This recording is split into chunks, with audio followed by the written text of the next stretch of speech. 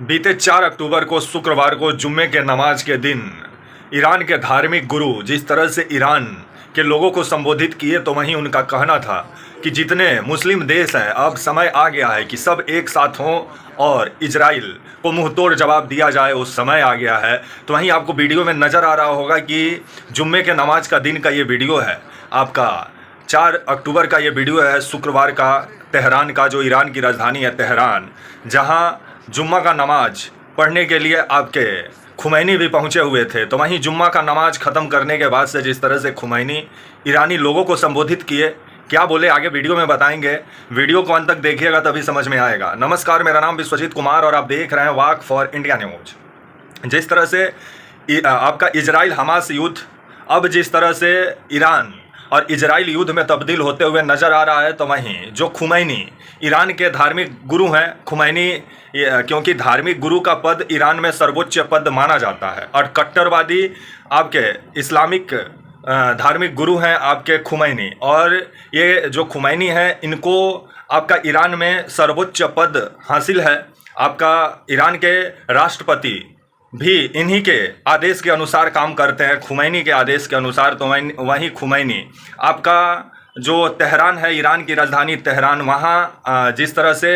जुम्मे की नमाज अदा करने पहुँचे आपका ग्रैंड मस्जिद में, जहाँ हज़ारों के तादाद में ईरानी लोग भी मौजूद थे। तो वहीं ईरानी लोगों को भी संबोधित किए आपके खुमैनी, जो धार्मिक गुरु हैं ईरान के, और इनका कहना था कि अब वो समय आ गया है कि इजराइल को मुंह तोड़ जवाब दिया जाए। और इजराइल जिस तरह से गाजा पट्टी को तबाह और बर्बाद कर दिया और फिलिस्तीनियों को जिस तरह से बेमौत मारा है इजराइल, उसका बदला लेने का समय आ गया है। और जितने मुस्लिम कंट्री हैं सबको एकजुट हो जाना चाहिए, क्योंकि 57 मुस्लिम कंट्री हैं और सबको एकजुट होने का सलाह दे रहे हैं आपके खुमैनी ईरान से।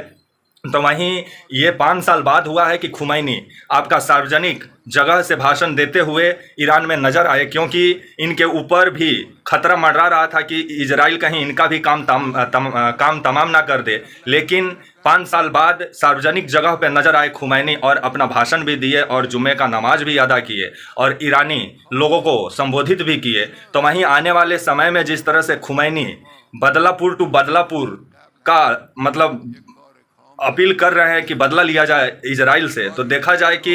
जो इजराइल और ईरान में बदलापुर टू बदलापुर चल रहा है, तो आने वाले समय में इसका खमियाजा पूरा दुनिया को भुगतना होगा। अगर ईरान इजराइल पर फिर से हमला करता है तो आने वाले समय में जो यूरोपियन कंट्री हैं वो इजराइल के सपोर्ट में आएंगे, और जो खाड़ी देश हैं, जो 57 मुस्लिम कंट्री हैं, वो आपके ईरान के सपोर्ट में आएंगे। और जो आपके 57 जो मुस्लिम कंट्री हैं, इन लोगों में भी आपस में सहमति नहीं है, क्योंकि बहुत सारे मुद्दे हैं जिस पर सबका अलग अलग विचारधारा है, जो आपके 57 जो मुस्लिम जो कंट्री हैं, और इसमें भी शिया और सुन्नी का इन लोग का लड़ाई है। तो आने वाले समय में खुमैनी जिस तरह से 57 मुस्लिम कंट्रियों को एकजुट होने की बात कर रहे हैं, तो आने वाले समय में क्या इनका बात दुबई मानता है, क्या इनका बात आपका जॉर्डन मानता है, क्या इनका बात आपका मलेशिया मानता है, क्या इनका बात जितने मुस्लिम कंट्री हैं, क्या इनके बात आने वाले समय में खुमैनी के बात मानते हैं कि नहीं, है आने वाला समय ही बताएगा। लेकिन अभी इजराइल और ईरान में पूरे तरीके से टेंशन है,